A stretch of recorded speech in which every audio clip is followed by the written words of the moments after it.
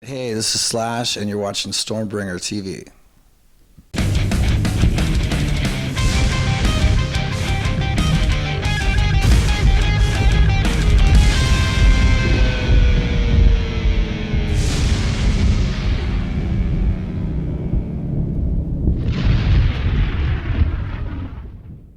Hello, this is Stormbringer TV. My name is Siegfried, and we have a very special guest with us today. He is a living... Oh, well, I think one or two people might think so, because he is, of course, a very iconic figure in the rock scene, has been for a very long time, and this is a first for Stormbringer. He is a bona fide rock and roll Hall of Famer. And you know him, the gentleman, usually in the top hat. He is Slash. Thank you very, very much for the time that you're giving to us today to do this interview. Now, I'll cut right down to the chase. You're on tour right now here in Austria, promoting your current album, Apocalyptic Love, which was released last year. And one of the interesting things about this album is that it features the same guys that you're touring with right now as your band, right? MYLES Kennedy, the Conspirators. As opposed to your previous album, the self-titled Slash solo album, which featured a lot of guest stars from all across the rock music scene, from Ozzy Osbourne to Iggy Pop. So how did this collaboration with MYLES and the rest of the guys come together, and why? It's a fun story, actually. But I put together that record with all the different singers, and it was like a one-time project. And I met MYLES and asked him to sing on the record. At the very end of it, making the record, I'd done the whole album. I asked him if he wanted to sing on something, and he did, and it was the first time I'd ever heard him sing, and he was fucking amazing. So I was like, well, I'm going to put together a band to do a tour to support this record. Do you want to sing on the tour? And he was like, yeah, sure. I was like, okay. So I put together, a pickup band with a bunch of guys that I didn't know. Brent Fitz is from Canada. He lives in Vegas. But anyway, and he introduced me to Todd Kearns, and I had this fucking great pickup band, and we went out and started touring just a couple dates, and that snowballed into like a year's worth of tour.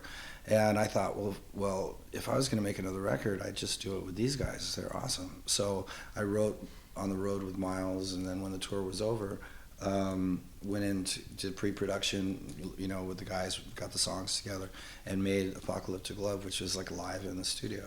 And it's just a great band. I wasn't expecting, and so now we're working on the next record. Oh, great. So we can expect a lot of more from Slash featuring MYLES Kennedy and the Conspirators in the future. Well, that's some great news. Now, you have been in the music business for over 25 years. Last year marked the 25th anniversary of the Appetite for Destruction release. You had your induction in the Rock and Roll Hall of Fame.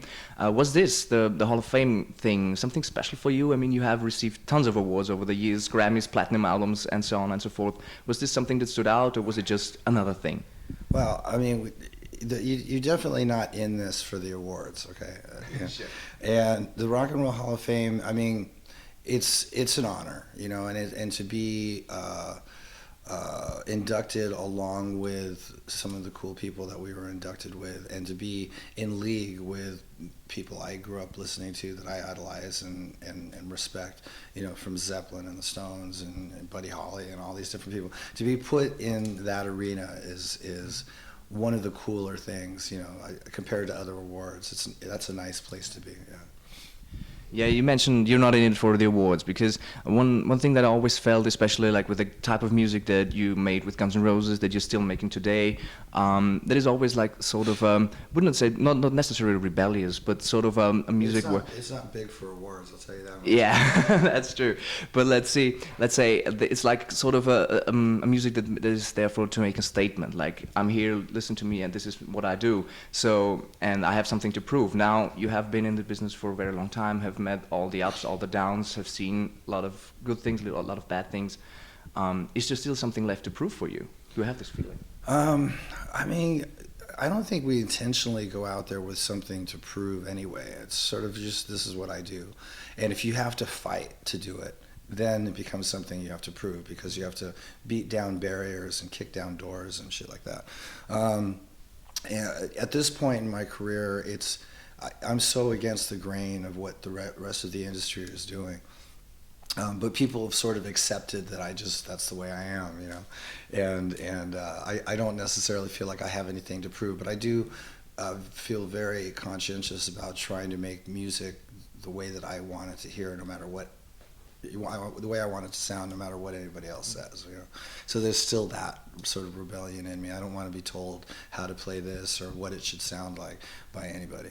And I have a pretty good time, and the fans are fucking great. That's the main thing, is that, you know, I can put together a record that I think is good and then go out and tour and find that there's a really supportive audience out there who have that real sort of spirit of rock and roll that you don't think exists anymore, because the commercial rock and roll has just gotten really sappy over the years, you know.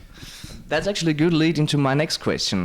As said, you've been in the rock business for a very long time. You've been part of, at the height of its existence, probably the biggest rock band in the world with Guns N' Roses in the early 90s. You're still enjoying a lot of success today. You still manage to remain relevant over the years. But what would you say if you compare the scene in the music business today compared to back when you started? What are the main differences? Is it harder? Is it easier for bands to get a break? Where do you see?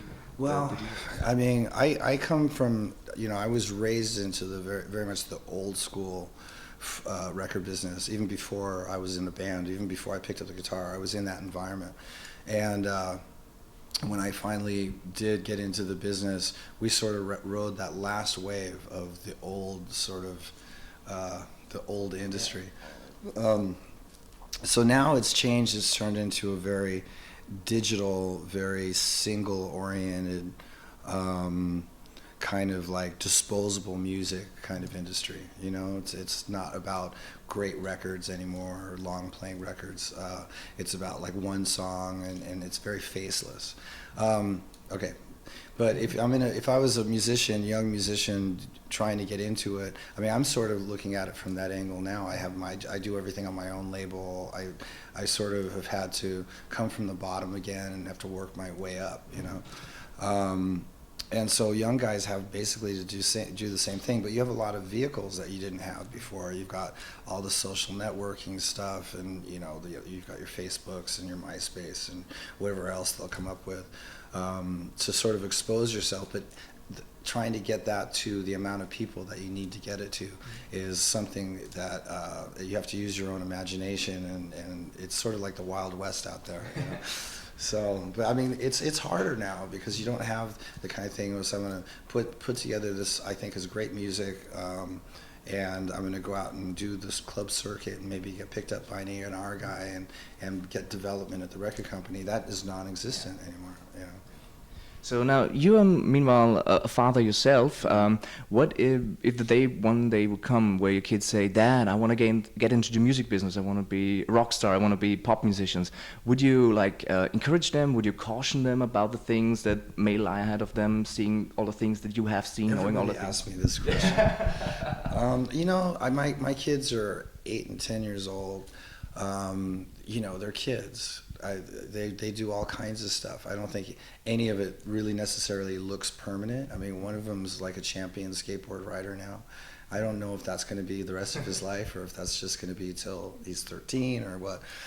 So at this point, it's just support whatever it is that they do. But if down the road they said, you know, I've been playing this guitar, which has been sitting here for the last 10 years, and I'm going to really get into it, and it looks like he's taking it seriously, and then all of a sudden he gets to a certain skill level and he goes, you know, I put together a band and I want to do this, I'd have to support it, you know. But it's you know, I'd also tell him it's a really tough fucking industry, you know. It's not much your old pop can do to help you out. You're on your own. Well, that's not totally true. I would do whatever I could, but yeah, you know, I'll cross that bridge when I get there. Yeah, sure. I think there's still a bit of time left until that. Now, one more funny thing is that I read. You were a big fan of Aerosmith growing up, I think. And yeah, we're just going to wrap this up with the last question. And I think you designed the artwork for the last album. Is that true?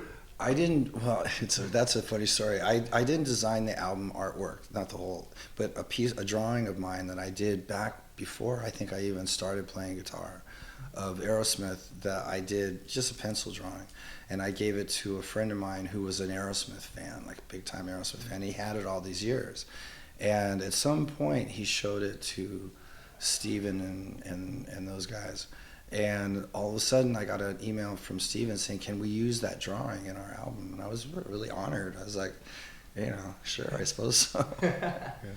All right, then I thank you very, very much for your time. Do you have still one last message left for the fans in Austria and, of course, all over the world? Well, I don't know whether they're going to see this before the show tonight or after the show. I don't think so. Oh, all right. Well, I hope it was good. No, it's great being here. It's freezing.